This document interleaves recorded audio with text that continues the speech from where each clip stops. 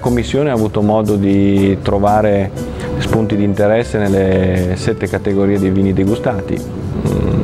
Forse quelli che hanno più colpito i miei colleghi commissari sono le varietà dei rossi di annata, dove abbiamo trovato delle cose davvero interessanti. Riteniamo però che una linea comune in una visione così eterogenea di zone diverse, vitigni diversi, possa essere proprio trovata nel legame profondo tra luoghi e vitigni.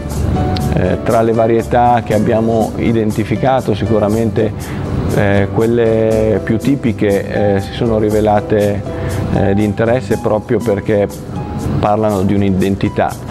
Questa identità abbiamo voluto cercare di premiarla, pur mantenendo però, anche grazie all'alto valore dei colleghi commissari, una visione estetica dei vini, e quindi cercando davvero i piacevoli, i bevibili e quelli con una personalità.